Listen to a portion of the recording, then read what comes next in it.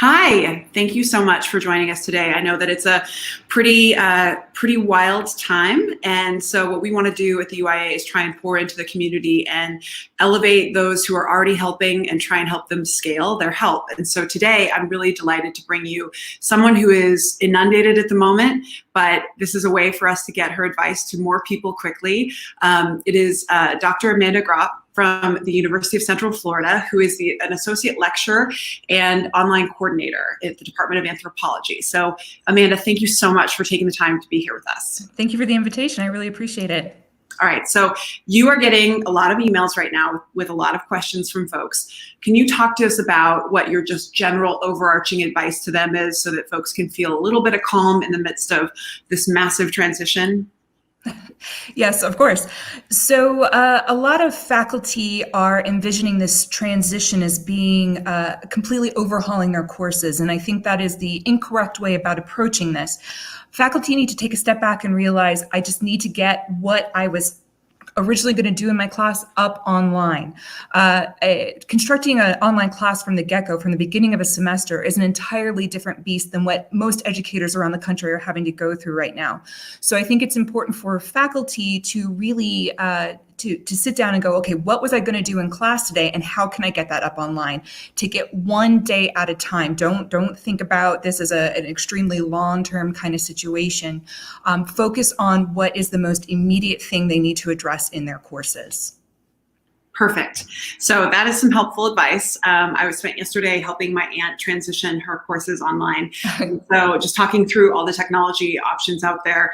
I think, are you all using Zoom, I assume, or other platform? That's being recommended to faculty is to use Zoom. We use Canvas at our university, and I think that's becoming a more widespread kind of LMS platform around the country.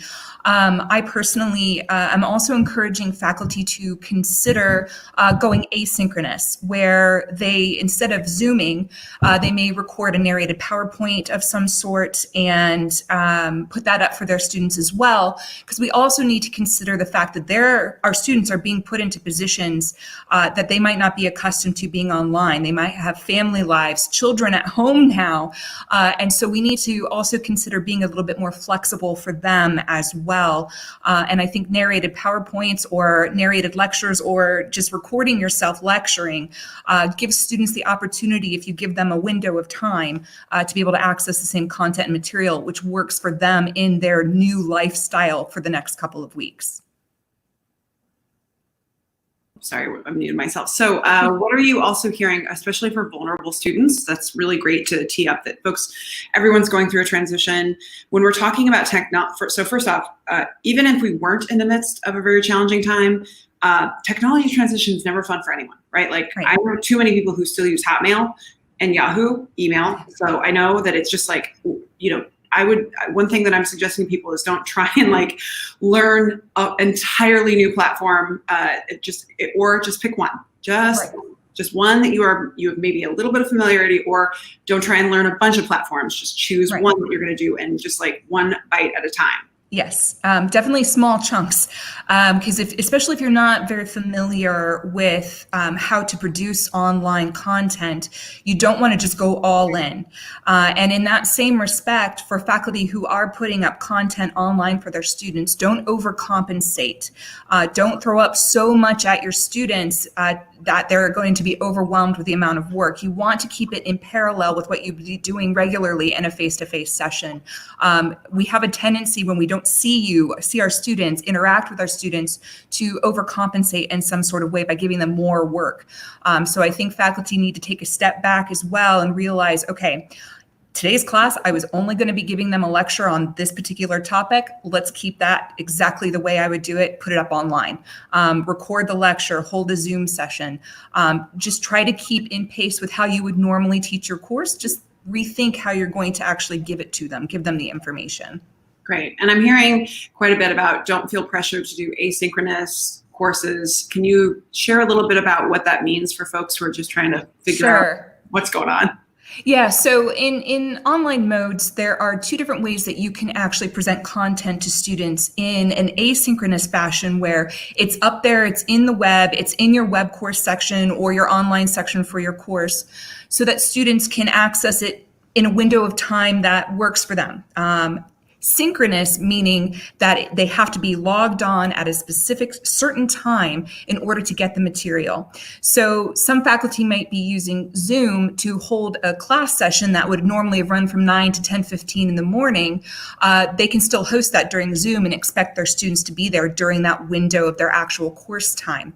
Now, when it becomes asynchronous, you can record your lecture, put it up in the online section of your course, and then students can access it when they can. So for some faculty I know in my department, they are recording lectures a day before they were originally scheduled to present them live to their students, putting them up in the web courses section or their online section, and giving students 24 hours to view the content, just because we recognize that a lot of students might be parents and have their children at home as well and need to find an appropriate time to actually do their schoolwork.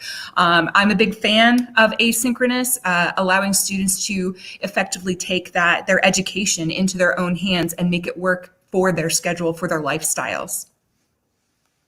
That's super helpful. So I'm also hearing a lot of questions about, like, what are some basics? And when I've done some interviews over the past week, folks have said, you need a way to start class and a way to end class. What is a prompt? And one of the things I've heard is, first, everyone's just going to take a deep centering breath. Like, this is a lot. Let's all just acknowledge what's going on, and also creating space for folks to talk about it. Yeah. And another one is, if you want to do a prompt of folks sharing in the chat function of Zoom, one thing that has been helpful for some is sharing the prompt of, everyone share one thing that's helping you right now. Yeah. Yeah. And at the very least, it creates a space for folks to signal that they're there, but it also, perhaps somebody shares an idea that's helpful to the others, and you create more of a community of, we're all going through this. Oh, that's an idea I hadn't thought about. Any stuff else you would add?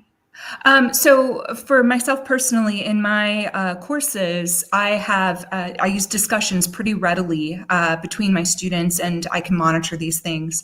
I created a new discussion post area for students to communicate with each other what they're going through. And so it allows students to have a voice, and it is, again, asynchronous because, again, some students aren't able to do the live chat feature, but it gives them the opportunity to go back and read through those discussions from their other fellow students over a period of time, and they can contribute to the conversation when it works for them. And I find that students need a community right now, especially if they're in the online environment, because they're going to be isolated in some way. I'm isolated. I'm under quarantine right now. I was overseas, so I'm home on my own. So I am actually looking very forward to communicating with my students and sharing my experiences and what they're going through as well. I feel you. I'm on day 7 right now. Oh, yeah. So yeah, but I think that's another piece, is for faculty identifying, a lot of them are going through this, and I see teaching and learning and instructional designers, the experts, are being super, a lot of people discovered those offices exist this week. Right. And they're not staffed for this moment in time. And so is there, it seems like there would be a window for us to do community of practice style discussions amongst faculty, even leveraging the platform that they're trying to figure out, like a Zoom kind of group discussion about how to use it. So one function that I'm still trying to figure out how to coach folks on is, apparently in Zoom, you can enable people creating side rooms. And it's something. Yeah. Okay. So can you share a little bit about that? Because for a lot of folks, they're trying to jump into Zoom, and they used to have something where students would talk to each other. What are other ways they can enable students to engage in communication? I think it's very important. Yes, use Zoom to the best of your ability. It depends on your university and the size of your chat rooms that are permissible in Zoom as well. That can also play a factor, so that's worth understanding. And I feel that most universities will have, depending on their size, varying different options for that, and the capacity for Zoom as well. I think it's important to host conversations with students in the platform that they're accustomed to. Zoom, for a lot of students, unless you've been using it for a while is going to be completely new. It's going to be a new environment, a new thing to click on, a new thing to interact with, and that could be intimidating for some students. So I think it's very important to put up the ability for them to discuss things, something that they're already accustomed to. And so that's something like their learning platform, their LMS that they're currently using at their university. And I take full advantage of that as well. I know of some faculty that even started Facebook pages for their particular courses. Now, they can't discuss actual course content, but it is a way for them to actually reach out and communicate with one another that, again, is outside of Zoom. And so there are various different modes and means for faculty and students together to outreach to each other. And I think taking advantage as faculty of the things that we know that our students are familiar with is going to make this transition a lot easier for them and a lot more comfortable. Oh, that's great. Yeah, I do think that there are quite a few other platforms out there people can use that are free. Yeah. Google Hangouts. Yes. Facebook groups I've seen leverage brilliantly. You can do like polls, you can have just conversations and create space for folks. My team is about to get trained on Shindig. We're going to try that. Oh, nice. Yeah. I don't know if you've used that one. And then I know folks are talking about WebEx and. Yep. Great. So, another piece of advice is if I'm a faculty member and I cannot get in touch with a person like you because you're super overwhelmed, what is something could I maybe just reach out to another faculty member we know who already teaches online, or is it perhaps just, what would be just a very low bar win for anyone today? Do you mean with regards to faculty members at UCF or in general? In general. If I'm trying to navigate, maybe my institution doesn't really have a lot of instructional designers. Sure. I'm just trying to figure out, how do I lead in chaos despite actually knowing exactly where I'm going? Right. Okay. So there is a website that we have available for our UCF faculty, but it is a website that is available to anybody who searches for it. And I'm happy to share that link. It's called UCF Keep Teaching. And granted, some of the things that are on the website are directed towards UCF faculty. However, there are tips that are posted there. There are video tutorials on how to make a video lecture as well through just using PowerPoint. So there's lots of tips and tricks for faculty at this particular website that I can most certainly share with you all. You can just search UCF Keep Teaching, and you're going to find lots of really interesting tips. It also has how do you update your schedule, how do you update your syllabus. There's lots of really great things there for faculty as a resource outside of having to physically find somebody. We're very fortunate at UCF in that we have a center that is a hub for us that we can contact and get help from. But the great thing about it is they put it out there for the entire educational community to access. So like I said, I'm happy to share that with you guys. Wonderful. So that's super helpful. Before we wrap up, just any other advice that you think would be useful today when folks are frankly I think a lot of folks feel this pressure to, deliver at the exact same speed despite everything going on. I think that's totally unrealistic, and people need a whole lot of forgiveness and a lot of self-compassion and compassion for their students right now, and do not set too high of a bar for yourself. Right, exactly. The students, much like yourself, are going through a transition, and I have found, are very, very accepting of not only going through change, but also the fact that we're having to adapt as well. So my biggest piece of advice is be completely open and honest with your students. If you are like, I am working on this, but I am probably going to screw it up this first time, they will appreciate that honesty from you. And then if you do mess it up, it becomes something as a conversation. And hey, the students might know better how to fix something that you're unaware of. So be open with them, contribute to the conversation of the fear and the panic that are happening. Share with them your experiences, show them that you're human. And you're going to get a really strong response from students in their ability to adapt with you as we go through this big change that's going to be happening for 2 weeks, but potentially even longer.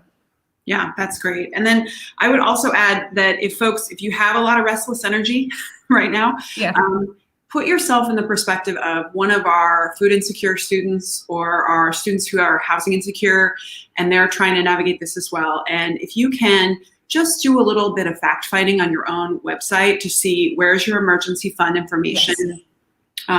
What communication can you share? Just make sure you have that and you can be sharing that with students regardless of whether you know if they are struggling with those things, because this is going to trigger a lot more of that than we realize. So if you're, I would say just be as empathetic and curious as possible about how a student would go through this process as well. And just know that you might be navigating Zoom and that seems hard, and it is. And learning how to do all this stuff online, and they have that on top of it. So if you can, try and see what advice you can seek out to try and point them in the right direction, because whether they ask you today or tomorrow, it's going to be coming, and you should try and see what resources you can identify.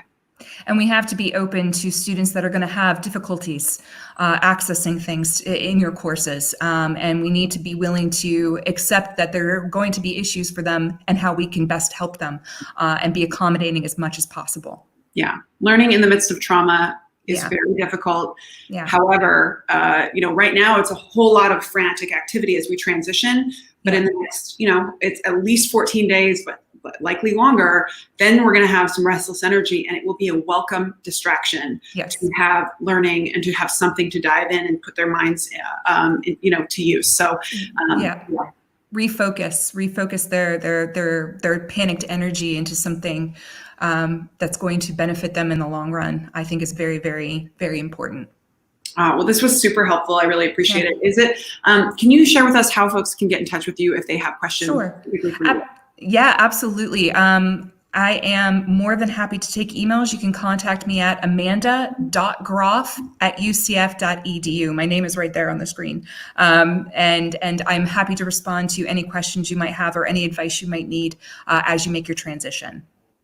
Wonderful. Thank you so much. I really appreciate all of this, that you're contributing to the broader community. So if I get other questions down below, we will make sure to link to you so that folks can connect with you directly. And otherwise, everyone, a little bit of self-compassion, do the best that you can today. We got this. We can do hard things. And please reach out with other questions or other folks we can interview who could be helping in the midst of this moment. Yes, agreed. All right. Thank you. Thank you.